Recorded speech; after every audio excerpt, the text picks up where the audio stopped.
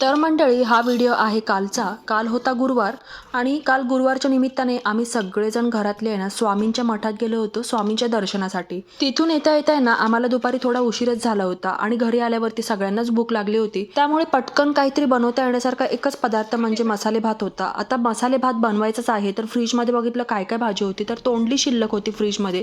तर तोंडली भात बनवायचं ठरलं होतं. सगळ्यात आधी आहे ना मी तांदूळ छान असं स्वच्छ धुवून घेतलं. त्यानंतर कांदा, तोंडली हे सगळं छान असं कापून घेतलं. कुकरमध्ये आहे ना जिरं, मोहरी आणि कढीपत्त्याची छान अशी फोडणी दिली. थोडासा हिंग टाकलं.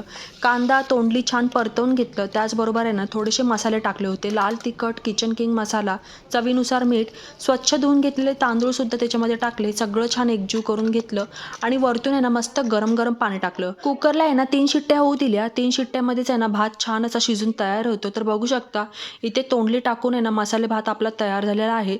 जेवणाचं ताट पटकन तयार करायला घेतलं होतं. गरमागरम भात ताटामध्ये वाढून घेतला.